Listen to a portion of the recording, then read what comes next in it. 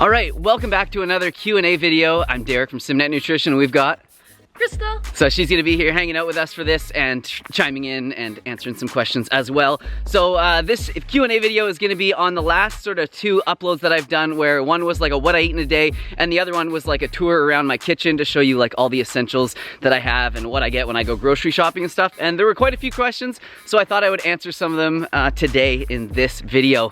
So we just drove to the end of a very rough road trying to find a new location to film this video, and I know you guys love seeing the outdoors and seeing where I live, so we're exploring here today too. We don't know where we're gonna find ourselves. We have no idea, never been here before. It's a small trail, so. So for anyone that's new to this channel, we live in Parksville, which is on Vancouver Island in British Columbia, Canada. It's off the coast of BC, and it's super nice here. We are just so lucky to have so much lush greenery around us, and it rains here a lot, and we're about to come up on that rainy season. So this might be, you know, one of the last sort of Ask Me Monday style videos I do outside here, but I'm still gonna try and get outside all winter for you guys. It's always good. Which way do we go from here? The bear in here. What? Yeah. Where? It said the bear in area. Oh god. It's like. Oh my gosh, look out, Crystal. What? Oh man. Oh, there's so many spiders here. This is like a this. It's on my face. You have some in your mouth. Okay, let's go around. That's just like. Ah! Oh man, we gotta remember that on the way back though. Jeez. I know. Oh, there's a couple of old growth trees here, guys. Check this out. They're huge. All right, Crystal. This question is from Annie, and she says, "Why do you keep your hemp seeds in the fridge? Should I do that too? I just keep it with the other seeds in the cabinet." Great video. Cool. You guys are so observant. You notice everything. So I think if you're gonna eat your hemp seeds within like a couple of months or whatever, I don't think that it's all that necessary to keep them in the fridge. But if you think you'll keep them for longer than that, then yeah, definitely do. I don't know, it's just convenient for us to keep them in the fridge. And I do know that the omega-3 fatty acids are sensitive to oxidation. And when hemp seeds have been like shelled like that, it definitely like exposes them to the oxygen. So yeah, if you don't keep it in like a container that is sealed and like that's foil packed, or at least keep it in a cupboard that's away from light, I would definitely keep it in the fridge. But yeah, just do what you can to preserve those nutrients. Yeah, we also keep ground flax in the fridge. Yes. Keep it, preserve it for longer, I guess. Yeah, exactly. This is from Janet. Janet's being a little sneaky. How could you not include turmeric and black pepper? We know you use them daily. Right, so this was on the last video I did that was like, it was meant to be like an introductory video for people who are coming into veganism, or people who are maybe just stuck and don't know what to shop for. It wasn't like a comprehensive guide like, this is on everything.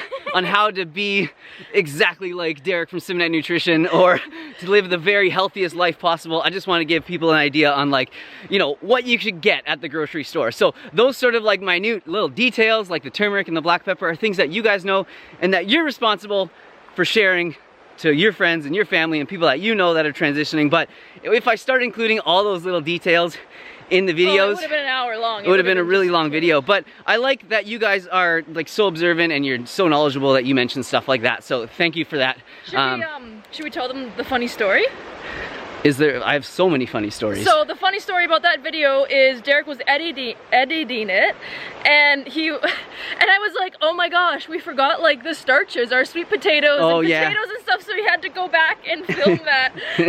Yeah, I filmed that after the fact. We missed a few things in that video. You know what else I mentioned too, which other people commented on? I didn't show anything about tempeh or tofu. Yeah, because I didn't open like the meat drawer in our fridge. I totally forgot to. So yeah, so that was just yeah, we just messed up on that. Sometimes you forget things in these videos. It's hard to remember everything. That was a cool little bridge we just went over. So Kuzu asks, all these organic products are expensive though, definitely not for the average consumer. Holy smokes. I know I've talked about this before. Hold on, we're gonna wait until we get past these rapids. I don't know if you guys can hear it, but the water is super loud. Super loud. Whoa, let's check this out actually. Ooh, it's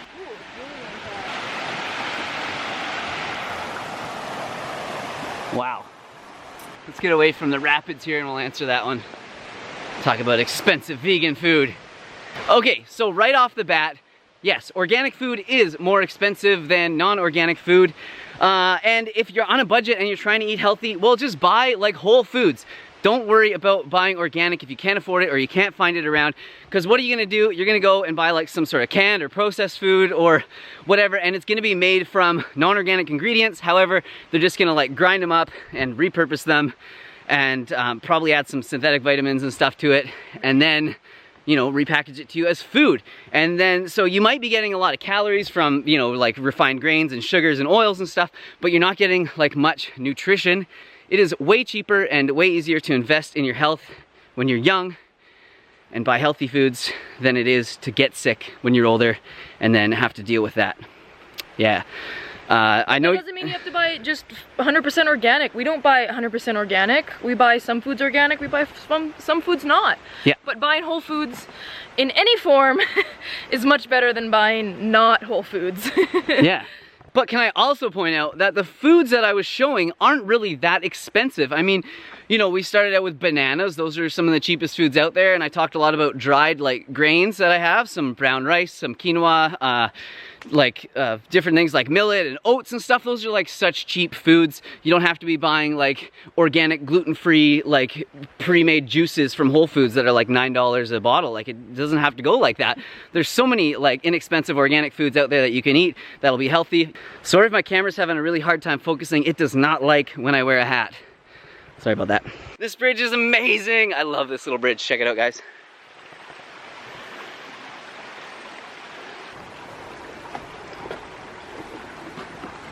Oh, it's slippery.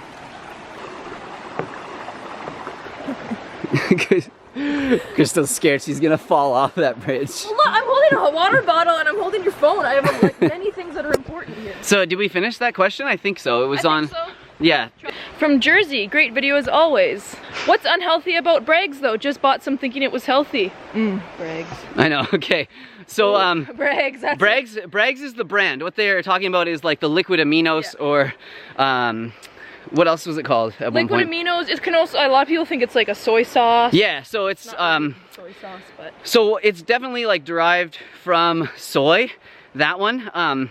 But what makes it unhealthy is mainly like just the sodium content. It's still really high in sodium, and if you look at the back of it, it's gonna seem like it's a lot less than like tamari or soy sauce even, but actually the serving size is just like so much smaller for Bragg's. But with Bragg's, you don't actually need to use very much. It's so strong, that umami salty flavor, that honestly just like a quarter of a teaspoon into like a sauce will make a huge difference. But beyond that, when they make Bragg's, there is some MSG that is created, and that's not MSG that they're adding that you would get at like the cheap like Chinese food restaurant or whatever. It's like a naturally occurring MSG that happens when you know, during certain cooking processes. So even when you roast like beets for a long period of time, you know, they get like caramelized and they get that like sort of sweet and salty flavor to them. That is naturally occurring MSG that creates some of that flavor. So it's not, you know, you just have to decide for yourself, and it's definitely like a processed food, so I don't know, just use it like sparingly. But like somebody else mentioned in the comments, if you're having like a little bit of it so you can have a lot of healthy foods, then you have to weigh the consequences and the pros and cons. And you can also, I don't know how much more effective this is, but you can get a spray bottle. Sometimes they sell it in a spray bottle, and you just can spray like a couple spritz on your food. I don't know how much you're getting in a spray. It might even be more than a No, it's not. No, it's like not very much. So it's like minuscule, so yeah.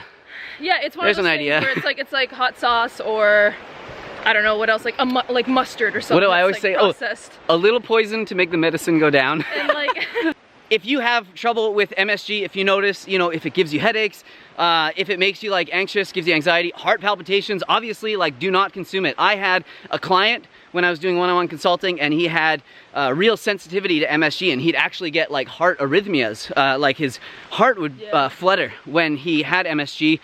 Yeah, just a word to the wise. Word of the wise? Whatever, wise words. Next question. So this is from Len Official. I would love to hear a comment about plastic waste with all that packaging. Maybe try plastic-free grocery shopping, just as a video idea, to show how we can decrease single-use products. Yeah, so... plastics, they said single-use plastics, sorry. Single-use plastics, yeah. So yeah, this is a real problem. Like, I understand, and you open our fridge and it's like, I wish it was just like bright and green with nothing having packaging. And sometimes like we take stuff out of the packaging, you know, and put it in the fridge just for like convenience and whatnot. And everything is covered in plastic, and especially if you want to buy organic here in Canada. I don't know how it is in the countries where you live, but it's very hard to find organic food that isn't like packaged. And I know that I could do better. We could all do better. I guess I'm making up excuses, but it's very, very difficult, especially in the winter time, and it's becoming fall, so like a lot of our food is imported. Yeah, it's just tough. Like, I would love to do that. Maybe I'll make a video on it in the future of us trying to do a grocery shop plastic free, but I mean, no tempeh, no brags, no tofu, like no greens, frozen peas, greens is the no frozen corn. For us. Yeah, the greens, they all come in those like clamshells. They come in packages, and we get them by bulk basically at Costco, and so you'd have to go other places and you'd have to get like different kind of greens. We could do it. We could definitely do it. But it would definitely limit our food choices for sure. Yeah. But yeah, I don't know, not an excuse. Let me know what you guys think down below. Like, do you guys struggle with it? Because we always think about it when we're at the grocery store. We're always like, oh my god, look how much plastic is in the friggin' I know, we feel bad. Like, don't think we're like, oh, it doesn't matter. It does matter, and we feel, especially I feel like badly about it. I wish we could reduce it, but yeah. Then again, I'm like, I don't know how to buy frozen peas, but you know, not in plastic. Yeah, like, I know. It's tough, but yeah, plastics. It's a big deal, especially the one-time use plastics. And the microplastics that a lot of our clothing is made out of that gets like swept into the water, it's all so bad. And I think in generations to come, they're gonna look back at us and they're gonna think, how are they so careless with plastic? So we're just getting back to our house here, guys. Oh yeah, right. Yeah, not actually our house. Maybe one day. It's so cool though, because they actually have like gravel trail that just connects to the trail. I know. And they just live in a forest. So I do want to say, we do try to reduce our plastic as much as we can. Like, we reuse bags, we reuse Ziploc bags, we wash them and dry them, we reuse them as many times as we can. We bring like our own little clear plastic bags to the store to then like reuse them for like bulk items and stuff. We try and like, I always try and like fix things, you know, if I can, or repurpose them rather than like going out and buying new stuff. So we do what we can, we're trying.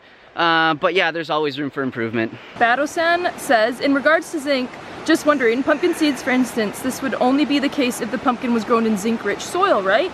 I just worry about not being able to guarantee this unless you grow your own. What are your thoughts?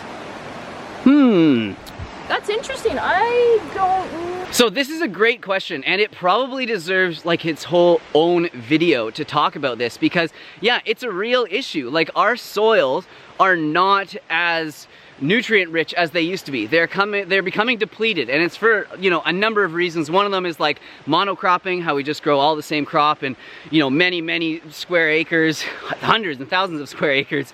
Another one is because when we then take that crop, like harvest the crop, let's say for corn or whatever, we cut the whole crop and then we take the corn from it, but all the stalk and the rest of the plant and everything is taken off the land, and that's nutrition that the plant had to pull like out of the soil. So all that nutrition is now gone. So because we're not practicing, you know, sustainable farming and permaculture and things like that, yeah, definitely the soils are becoming depleted. The food that we're eating is less nutrient dense than it used to be, and you know, I don't know any exact examples off the top of my head. I know that like tomatoes, for instance, have a lot more sodium in them than they used to, and a lot less vitamin C.